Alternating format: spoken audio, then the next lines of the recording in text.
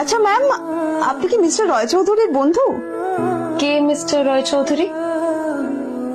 ও আপনি কি ওই রয় চৌধুরী গ্রুপ অফ ইন্ডাস্ট্রিজ এর মালিকের কথা বলছেন? হ্যাঁ। না না, আমি ওনাকে চিনি না। আমি কেন, আমার মনে হয় কেউই ওনাকে চেনে না।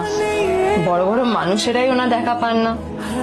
আমিও কোনোদিন ওনাকে দেখিনি, কিন্তু সাডেনলি আপনি এই প্রশ্নটা করলেন কেন?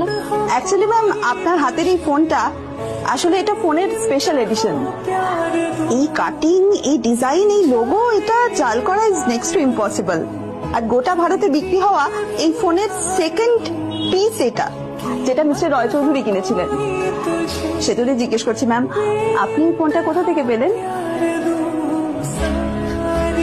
তবে কি নীলই মিস্টার রয় চৌধুরী, নাকি নীল এই ফোনটা চুরি করেছে? বেকার নীলের কাছে কোটি টাকার ফোন কোথা থেকে এলো?